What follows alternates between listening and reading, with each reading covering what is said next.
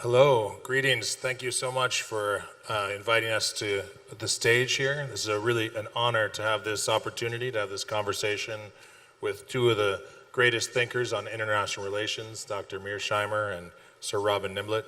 I'm really looking forward to having a conversation where we can explore some of the challenges and opportunities facing APEC and facing the region, and maybe looking into a bit how Korea fits into the conversation and how APEC, along with G20 and other international institutions, maybe can contribute to this time of transition. So before I hand it over to the distinguished panelists, we know them all. Dr. Mearsheimer, distinguished Chicago chaired professor and leading proponent of political realism. He'll offer us some really great insights on power competition and how it's reshaping the geoeconomic landscape. And Sir Robin Niblett, former Director of Chatham House, I'm looking forward to hearing about his perspectives on the evolving relationship between the United States and China as he laid out in his book, The New Cold War. So please join me in warmly welcoming Dr. Mearsheimer and Sir Robin Niblett.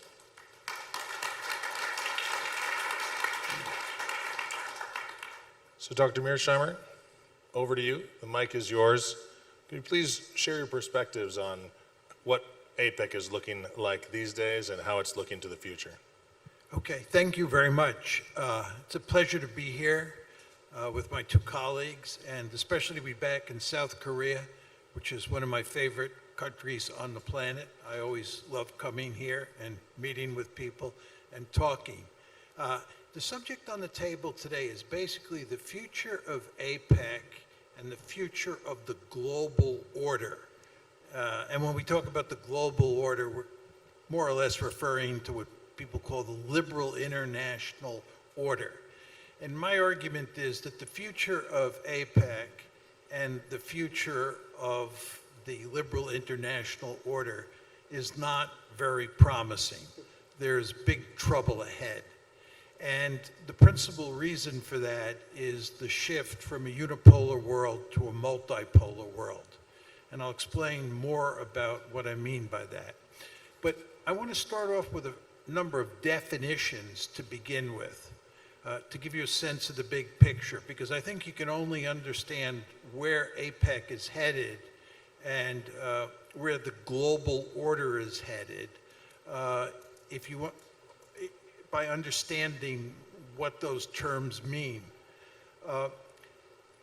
What is the relationship between APEC and the global order? And APEC is an institution. It's one institution, and an institution is different from an order. And what exactly do I mean by that? An institution is a body of rules. It's very important to understand that that's what institutions are. They're rules that allow the member states to interact with each other. They prescribe certain forms of acceptable behavior, and they proscribe unacceptable forms of behavior.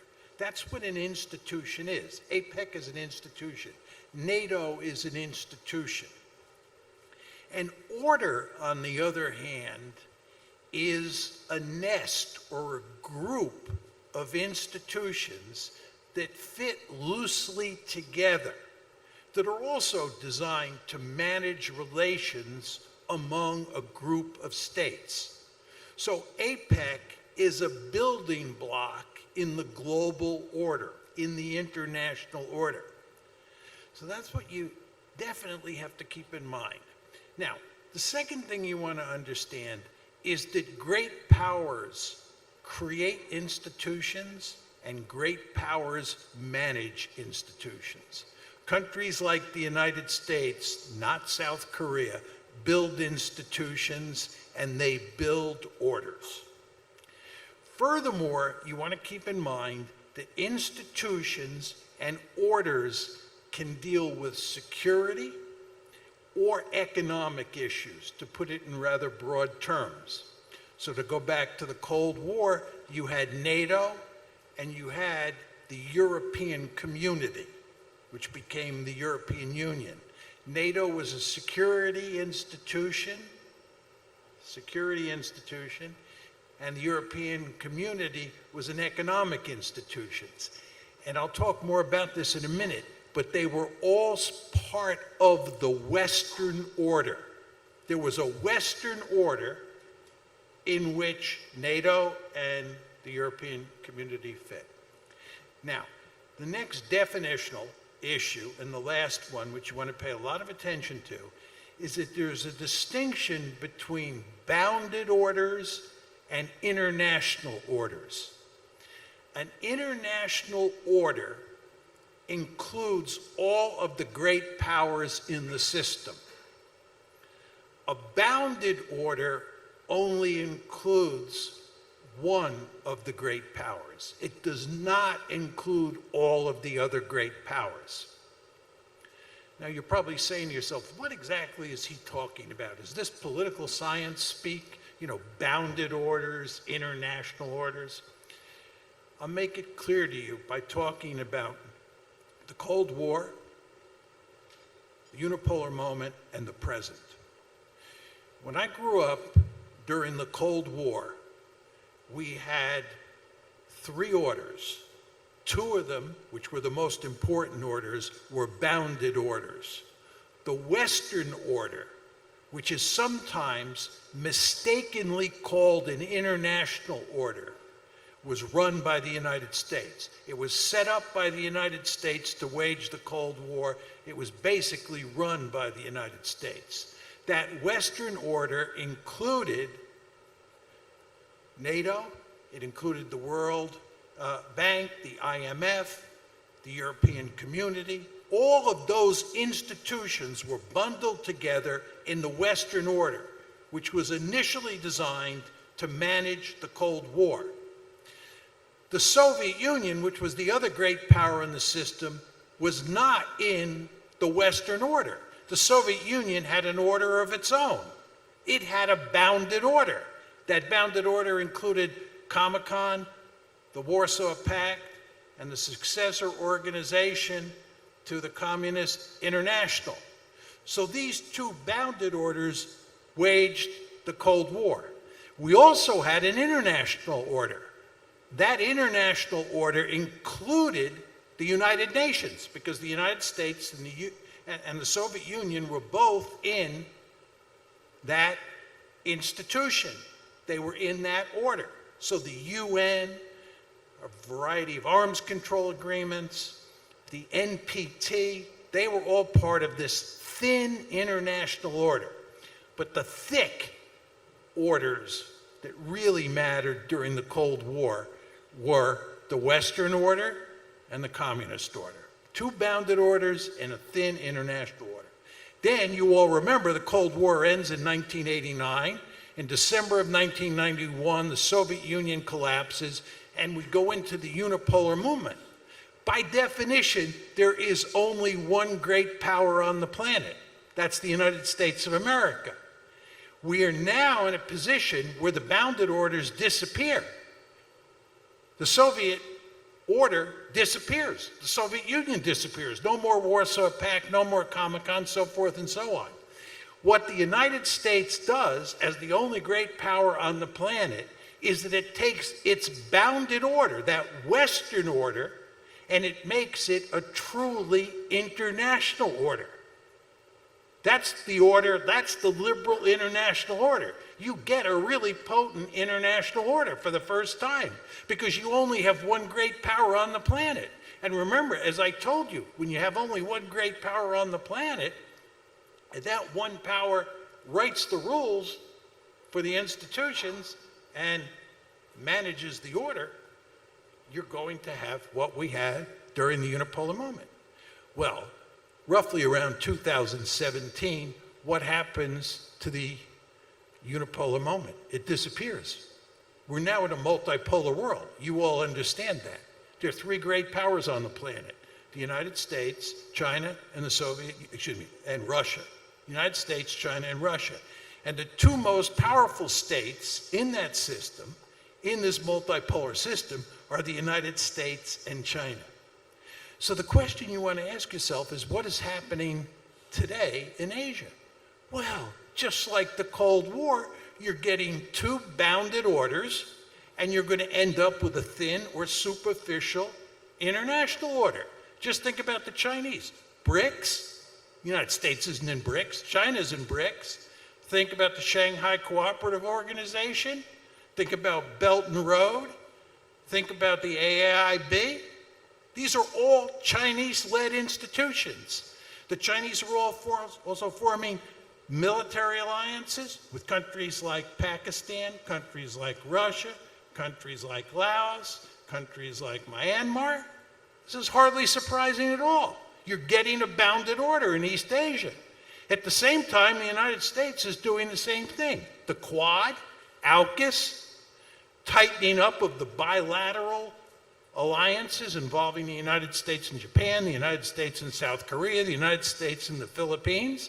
You're going to get two bounded orders in Asia, in East Asia, and those two bounded orders are going to wage a wicked security competition, just like the United States and the Soviets did during the Cold War. Now you're saying to yourself, what does this have to do with APEC? The answer is very simple. APEC is an international institution, right? It's an international institution, and it's part of the international order. A really good example here you want to think about is the WTO. In 2001, the United States brought China into the WTO with great enthusiasm from first the Clinton administration, then the Bush administration. The World Trade Organization was going to help make China rich. We were really enthusiastic about that. Where is the World Trade Organization today? It's in the toilet bowl. It's in the toilet bowl. Why? We went from unipolarity to multipolarity. And you all understand, once you're in the world of multipolarity, great power security competition is back on the table. And when great power security competition is back on the table, and you've got at least two great powers in the system, you end up with bounded orders. And you still have an international order. You still have a United Nations. You still have a WTO. You still have APEC. But they are thin institutions. They do not matter that much. The bounded orders matter the most. Why? Because security always trumps economics. And therefore, APEC, which grew up in the unipolar moment and flourished in the unipolar moment, is now in an environment, multipolarity, that is not conducive to growth. It's not conducive to doing a lot to facilitate prosperity and security in Asia. So that is, in a nutshell, my basic story about where APEC is today and where it's headed. Thank you. Well, thank you, Dr. Mearsheimer. That's a great introduction to really place this conversation in both history and in structure. And I think it's a great opportunity to turn to Sir Robin to maybe pull out a bit the U.S.-China piece of the story that you've just told. And maybe, so over to you to see how you describe what we're looking at.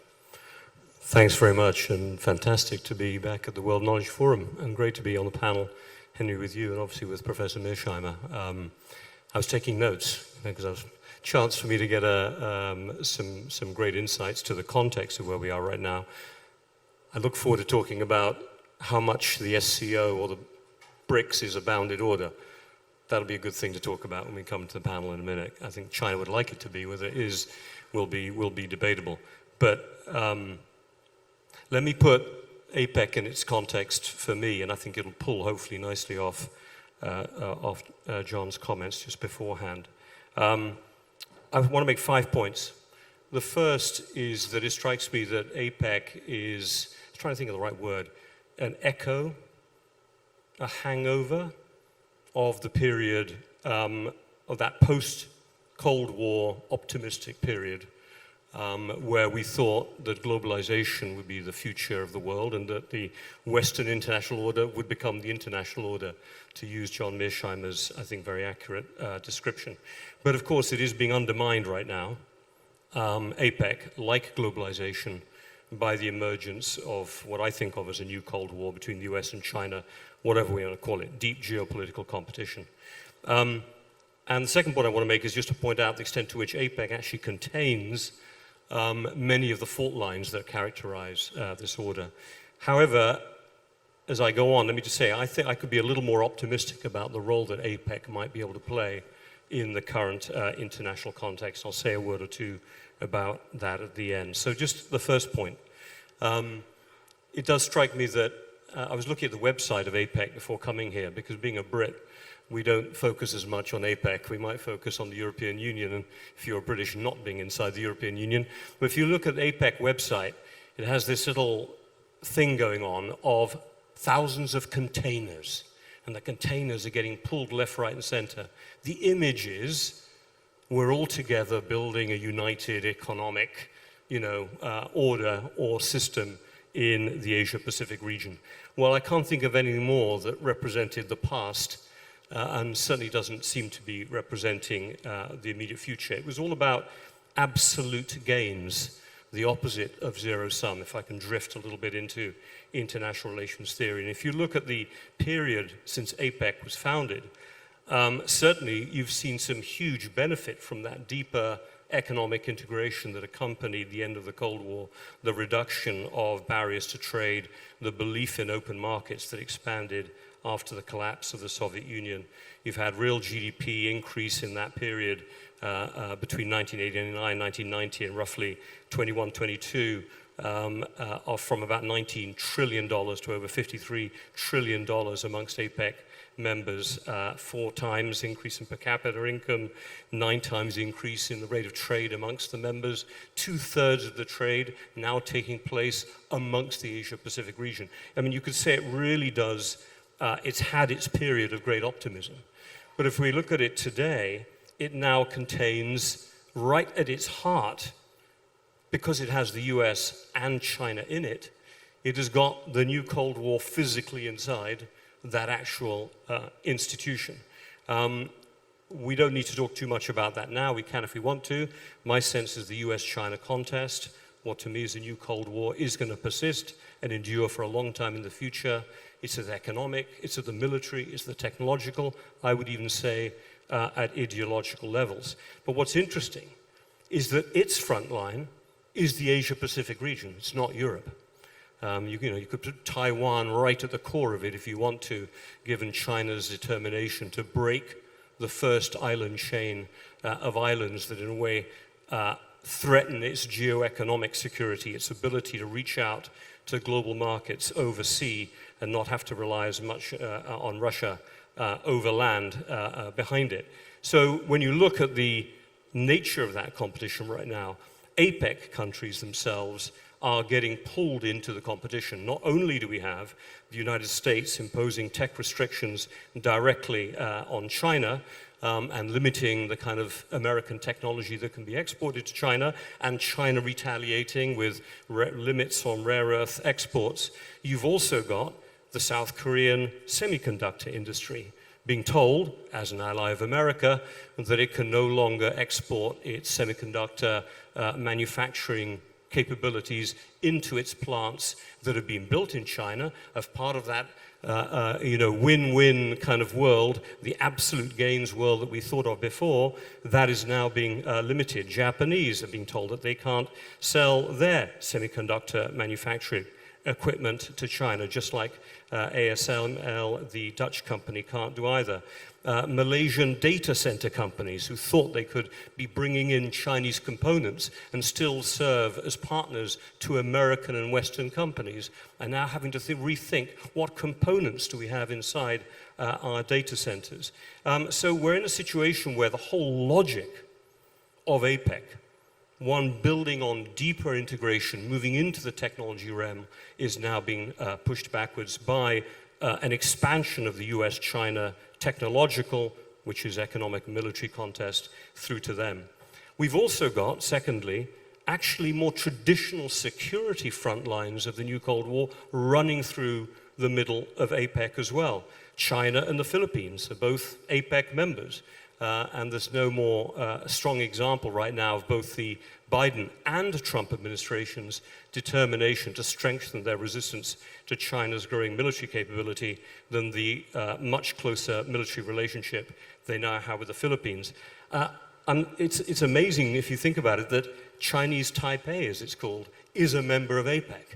And here we have Taiwan right now being put, again, on the front line of this new Cold War, including with the Trump administration looking at it as part of its new kind of AI warfare supplier. You've got Russia as a member, being sanctioned by other APEC members. And you have got, as John noted, Russia and China trying to build amongst some of the APEC members, an alternative world order through BRICS and SCO, in parallel to the United States, trying to say, no, some of those countries are allies of ours, Japan, Australia, South Korea, even Singapore to a certain extent. You need to be with us on our side. So, in a way, what you've got is geopolitics running through the middle of APEC, you've got the technology contest running through APEC, and of course, you also have, third, the good old-fashioned trade contests passing through the middle of APEC as well. Because I think the other big challenge to the future of APEC and to regional integration is the fact of the loss of confidence in globalization, the benefits of globalization that the United States in particular is running through. Donald Trump is the voice of the left behind in America who did not benefit from globalization. And so we're moving into an era led by the United States. In a way, it is enabling it. It is leading the way of state interventionism, protectionism, national preference, bilateralism. I might argue China never left those particular approaches. It's been subsidizing its own industries even as it's developed. It has built up huge overcapacity that it is now exporting to much of the rest of the world.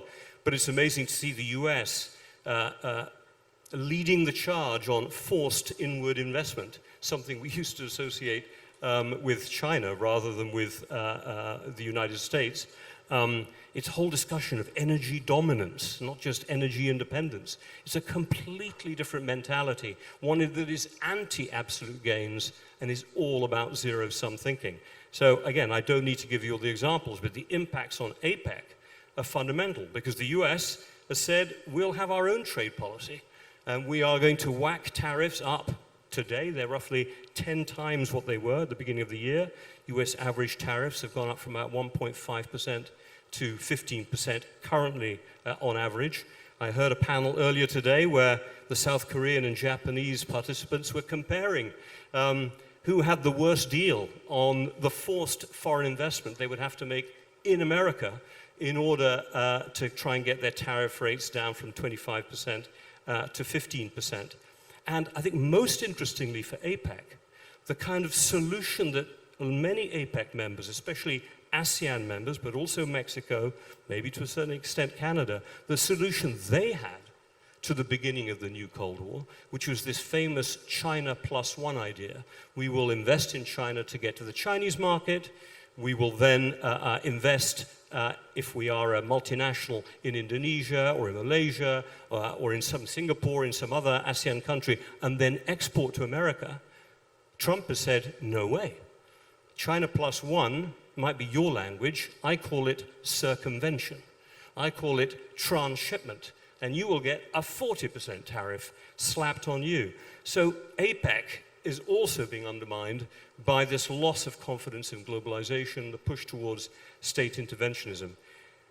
Now, you talked about opportunities, Henry, so let me not all be negative and maybe hand over in the last couple of minutes onto how things might not be entirely negative. What can we do or what can, not we, I'm British, what can members of APEC do to try and deal with the situation? I mean, one option is keep APEC alive. Do what Shinzo Abe did in Japan with the Trans-Pacific Partnership. Say, well, look, the US may not be a valuable player, but what the hell, we'll keep it going. Let's buy time. At some point, a future US administration might join. Now, another way to think about it is actually to be also, while you're buying time, think, you know what, Trump, his bark is worse than his bite. He says he's going to do all these things, but actually, you know what, we can keep doing triangulation. We can keep doing circumvention, because there's no way American customs officials are ever going to keep up with all of the complicated rules of origin, ideas that the Trump administration is trying to put in to avoid circumvention. And if you're not an ally of America, if you're Indonesia, if you're Malaysia, if you're Vietnam, you can probably get away with a lot tougher if you're Japan or South Korea and you depend on America for your security. There's also the option to kind of go sub-regional within the APEC zone. ASEAN has a new 2026 economic community framework. We'll see what becomes of it, but there's also a new digital project to deepen digital trade. You've also got, interestingly, the Regional Comprehensive Economic Partnership, China-led initiative, but it's reduced tariffs on something like 90% of trade amongst the bulk of APEC members, excluding the United States, excluding Canada, excluding Mexico, excluding many of the, depends where you're looking at it, the American side of the Pacific side. But RCEP itself is a huge trade agreement. It's 3 billion people. It's 30% of the world GDP. And actually, in that typical Chinese way, it's quietly opening up markets amongst its members quite intelligently. Now, that's one way of looking at it. I think also, if I can think of it in a slightly more international relations standpoint, APEC is interesting because maybe it could also be a soft bridge for the US and China. APEC does not need to be dominated by the US and China. One of the most famous APEC summits recently was the 2023 one, when Biden met with Xi Jinping. They buried the hatchet. Many people are hoping that the meeting in Gyeongju in late October, maybe we will have another Trump-Xi meeting, and maybe again they will carry on the discussions on nuclear confidence-building measures, should we call them, that Trump certainly is incredibly supportive of, and I imagine Xi Jinping might be as well. So it may be that APEC provides, again, back to John, your point, being a bit of a part of an international system, because it's got Russia and the United States in it. Maybe they can use it as a framework to try to lessen some of the restrictions they have.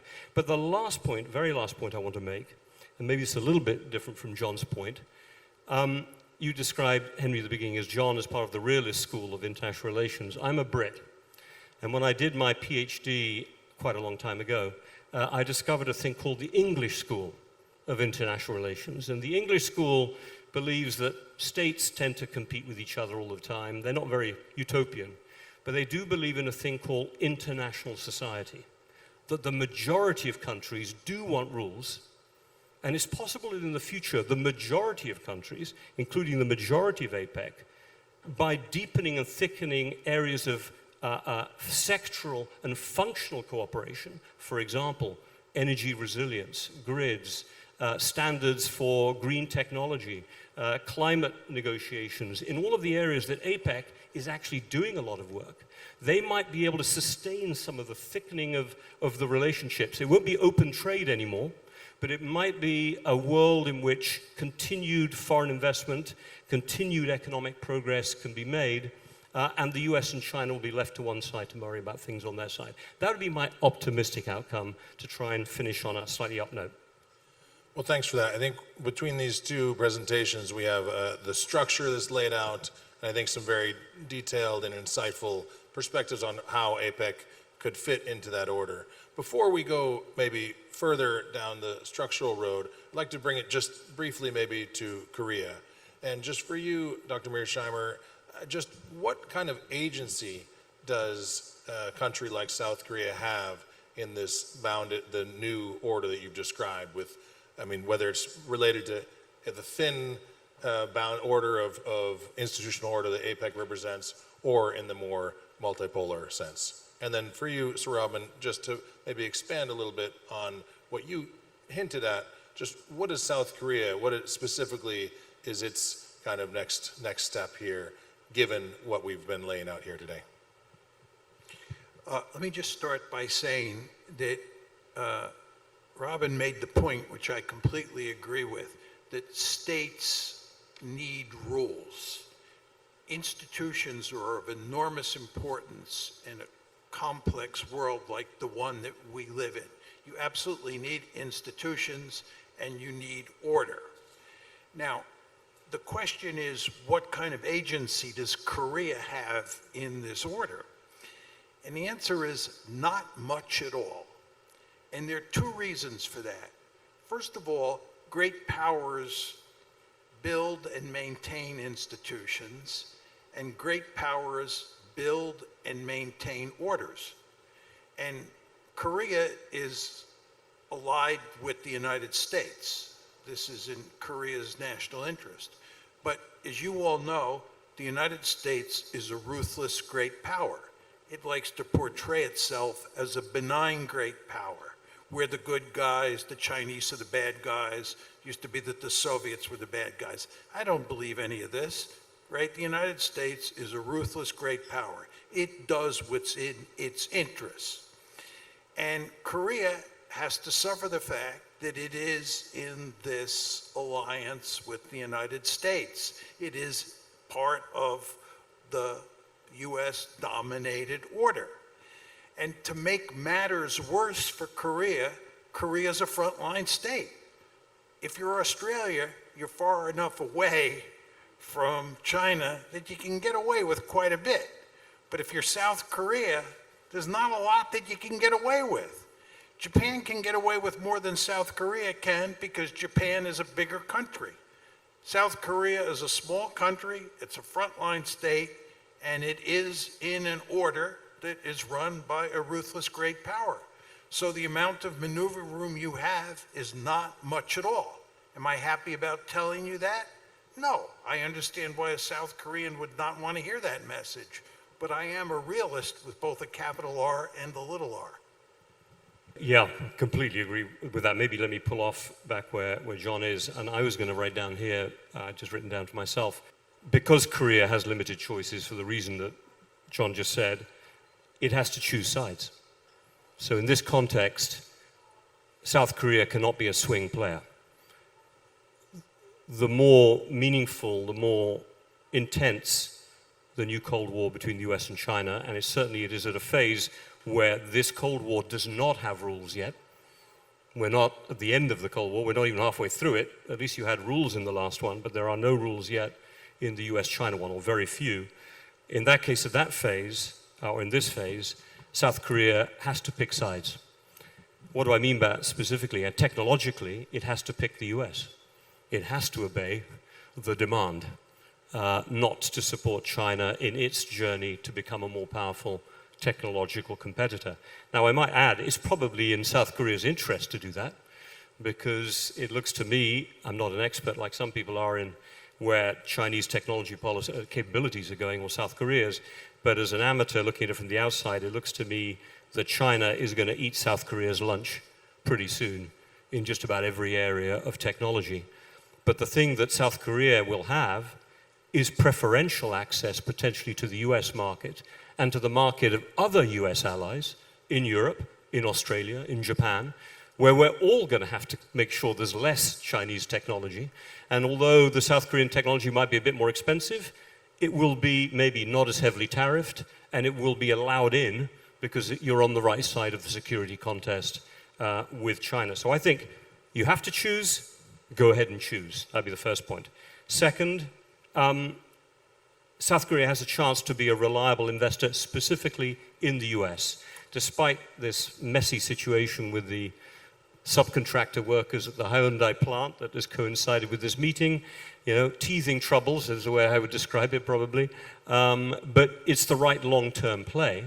And the more interesting play as well would be to see South Korean companies teamed up maybe with American companies going global to compete against the Chinese offer. The most obvious example being probably in nuclear technology, where Westinghouse can be a great partner to the very successful and good Chinese civil nuclear plant builders. And the third thing I would do, probably just as at the end of my remarks, South Korea as a small state, and John, you'd probably agree with this, we're all small states, unless you're one of the three great powers. One of the things Britain has learned, you're either small or you're smaller, you know, and we're small. So small states have to find a way to team up, and we do need the rules. So I think that South Korea needs to be investing in APEC. I'm glad it's taking a lead on the energy cooperation side of the APEC agenda. It needs to invest in that. Hell, it maybe should invest in RCEP as well, which it is, because that is a chance for it to be able to at least trade on the non-sensitive side with China, and after all, Australia, Japan are in there as well. So I think they need to build up some of the rules. That would be a useful policy to do to hedge that great power alliance it has with America. Thanks. I think that's some good tips for maybe to help the medicine go down from the tough message, realist message that Dr. Mearsheimer gave. Dr. Mearsheimer, you laid out the structure in your first remarks. I'd like to just maybe go back to that a little and just ask, how do you see that maybe competition being managed? I mean, you set up the structure, told us what the moment is like. How does this not go horribly wrong? How does it maintain competition and not move into conflict in the way the structure that you've described?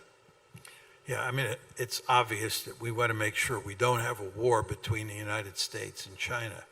And you can tell all sorts of stories about how you get a war in East Asia, in the South China Sea, or over Taiwan. Here's the basic problem that you face. The basic problem is that anytime you get into a security competition involving countries like the United States and China, each side is trying to take advantage of the other side. They're competing for power. We're looking for opportunities to gain advantages over the Chinese, and the Chinese, for good reason, are looking to take advantage of us. I've said many times publicly, if I were the national security advisor in Beijing, I'd tell Xi Jinping, we want to push the Americans out of East Asia. We want to push them beyond the first island chain. We want to push them beyond the second island chain. And then we want to dominate East Asia. We want to tell the South Koreans and the Japanese that we call the tune in East Asia, and you dance to our tune. That's what I'd do if I were a Chinese leader. That's the way it works in the Western Hemisphere. That's how we run the Western Hemisphere. You've all heard about the Monroe Doctrine, right? But what you get here is you get two great powers who are competing with each other for advantage. When I was young, we used to talk about containment. You all know George Kennan was the father of containment. Then I came to realize, reading Bruce Cummings' work, you all know Bruce Cummings, I'm sure, who's one of the great Korean experts in the United States. But he taught me that the United States not only engaged in containment, we engaged in rollback. Rollback. And the first example of rollback was when we crossed the 38th parallel in 1950, right? We were trying to roll back the Soviets during the Cold War, right? So the problem that you face in the U.S.-China competition is the United States won't merely be concerned with containment, it'll be interested in rollback. And I don't have to tell you that the mere mention of the word rollback tells you there's potential trouble. Now, just to get to the management side of the story, the upside, and it's a qualified upside, is we're talking about two countries that have lots of nuclear weapons. And you all know what happens if nuclear weapons get used. Not good things. So we have a very powerful incentive to make sure that we don't get into a crisis, and that if we do get into a crisis, we manage it because of nuclear weapons. So I think paradoxically, nuclear weapons, the presence of nuclear weapons, give both sides really powerful incentives to manage the crisis. But I would juxtaposition that with the fact that good old-fashioned great power politics is a really nasty and brutal and dangerous business. I'm going to stick with the hopeful note that you're saying that nuclear weapons, and that will help manage the conflict and keep us away from conflict. Incentives to manage. And maybe also to finish on another positive note to pull out from something we talked about already. You mentioned SCO and also other, Quad, but on both sides of the equation, these sub-groupings. But I'd also like to add in, for you, Sir Robin, the maybe not formalized groupings yet. I mean, there's AUKUS, but between Europe and Asia. And how can these groupings, subgroupings, contribute to this world order that Dr. Mearsheimer has laid out? How can they contribute, like you've mentioned with APEC, contribute to the management of this structure and to kind of the building of prosperity going forward?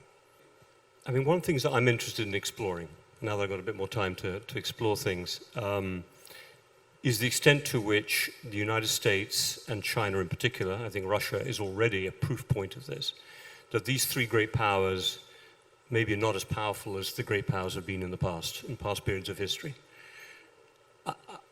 It needs testing as a thesis, but if you look at the United States with its current debt level, you look at what Donald Trump considers, and some Democratic leaders also considered, the overuse of the dollar and America's hold of the choke points of the financial system, overuse of those tools as part of their foreign policy in the last 10 years. That is leading to a blowback and an effort to try to not be as reliant on the dollar as one has been in the past. Looking at China now using the weapon of its rare earth dominance, certainly of processing rare earths, now leading to European companies and Americans to think, well, hold on, we used to process rare earths, maybe we can do it in a different way. Maybe we don't even need magnets for very specific types of renewable energy, and we don't, as it turns out. It's all about money and supply chains. And then you look at, I don't need to talk to this audience here about China's demographic problems, its difficulty in transitioning from middle income to high income as a country. It strikes me this is an interesting moment for countries like Japan, like South Korea, like Australia, like Canada within APEC, but also, to your point, countries like Britain, Germany, France, the European Union as a whole, to think about how they can try to build up structures of cooperation that recognize the realities that we're still in a strongman world. We haven't got yet to a position, and we may never, where they don't wield ultimate influence, but certainly try to push it in that direction. And I think here, being a poison pill inside other institutions is not a bad thing. That's why I wanted to mention the BRICS. Clearly, China would like to use the BRICS club, and Russia would like to use it as a counterpoint to the G7. But, with India in there, which has a hugely suspicious relationship, to put it mildly, with China, with Brazil, again, not wanting to be couched as a pure anti-American player, it strikes me that's going to be a very difficult bounded order, if I can call BRICS a bounded order, to try to use to balance the existing or continuing American bounded order built around what is still obviously a very much existing NATO. So similar in the SCO, you've got one or two members. Turkey showed up to the last meeting, you've got Saudi Arabia showing up, and some of the Gulf states. These are as well American allies. I mean, you've actually got bases, American bases in the Gulf states, and obviously American bases in Turkey as well. So it strikes me that you don't have a Warsaw Pact against NATO moment like you had in the last Cold War. In a way, both sides are trying to build teams, but the teams aren't as committed and maybe not quite as dependent as they were the last time round. After all, yes, Russia is a nuclear power, it threatens Europe, but Russia is struggling just to beat Ukraine. I mean, Ukraine, it's remarkable. So I think that there's an opportunity here, and we're seeing it with European countries trying to sustain some of the partnerships with their Asian counterparts to say, look, maybe we need to have our own life raft. Let's not rely as much on America for our future security. Who knows where it will be after Trump has stepped down. Let's start developing our own future combat aircraft, things like the Brits are doing with the Italians and the Japanese. Let's keep up some form of Indo-Pacific strategy. Let's perhaps create an EU TPP trade deal that's being discussed right now. There's an EU-India deal that's perhaps going to be built at the moment. I think the smaller states are trying to test the thesis that we're not going to be dominated by the big ones next time round. At least you've got to try. They might fail, but have a go at it. Can I make an optimistic, quasi-optimistic point? I never want to be too optimistic. But it's important to understand that the United States cares greatly about three areas of the world. Europe, which has historically been the most important area of the world to the United States, but no longer is, the Middle East, and here mainly the Persian Gulf, and then 3, East Asia. And East Asia is the most important of the world, part of the world for the United States strategically today because of the US-China competition. But the fact is that the United States is deeply enmeshed in wars in the Middle East, mainly because of our alliance with Israel. And there's a good chance, as you know, we may go to war against Iran in the fall. And furthermore, we're deeply enmeshed in the Ukraine war. We're trying like crazy to get out, at least Trump is, but he's been unsuccessful. The fact that we're enmeshed in the Middle East and we're enmeshed in Europe means that the last thing we want is a crisis in East Asia.